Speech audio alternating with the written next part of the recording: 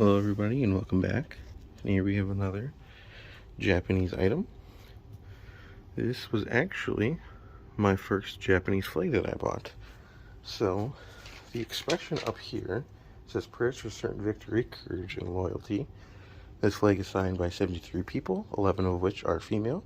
You can tell the difference because the females are more watered down wherever they could find space, something similar to those. And that. So wherever they could find space, where the male signatures are more bold, flamboyant, thick. There's two sayings on here: prayers for long life and victory in battle, and please go bravely with this flag. It was believed, because of the different coloring here, that it was signed at two different times, and the last names are all different. So instead of this being a family flag, this is believed to be a workplace flag. More than likely, whoever the soldier was got gifted this flag from his work, and they all signed him off because he got drafted.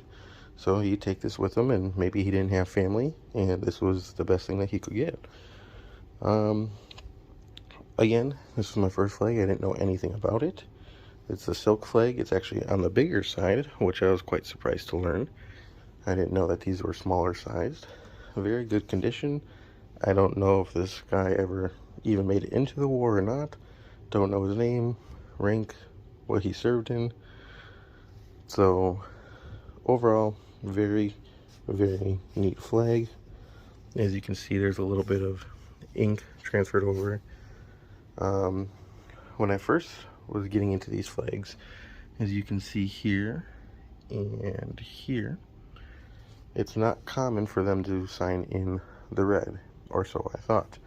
Apparently it's a lot more common than what people realize, but they're still pretty rare and doesn't happen all the time. So again, this is my first Japanese flag, I should say. The Senbari, or the 1,000 stitch belt, and this were from Facebook Marketplace. I was just getting into Japanese collecting when I got this flag. Didn't know anything about it. Reached out, had Dan King translate this for me, authenticate it for me, saying this is legit, the real deal.